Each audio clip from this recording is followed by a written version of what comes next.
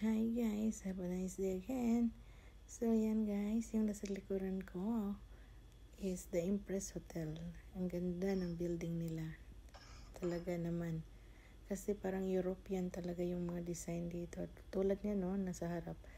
Yun ay, Parliament. Kumbaga, sa atin yun, ang Malacanang.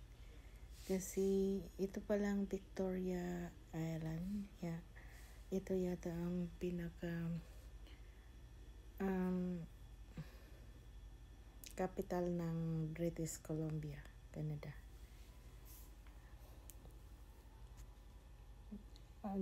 Based on my research.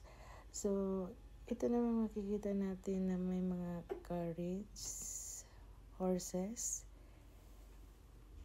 Ito sila nag-o-offer sila ng tour with tour guide na rin. Pero hindi kami sumakay niyan kasi ang mahal, 150 dollars pala yun. Pero kasama na yung tour guide. Sulit din naman pag may pera ka, okay lang rin naman yun. So ito, nag-ikot-ikot lang tayo dyan sa mga magagandang mga tanawin. Kasi dito sa island na to, parang siyang high-end talaga ba? Sabi ko sa sarili ko, napakaganda dito talaga. Lahat building malinis, hindi ka makakakita dito ng mga trash sa mga tabi-tabi. Wala talaga, wala akong makikita. Puro lang mga magaganda like flowers, landscape. Ganda ng parliament nila guys, oh.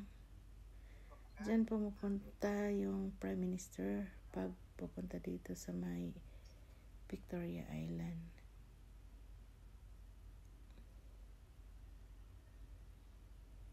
Yan, ang ganda oh.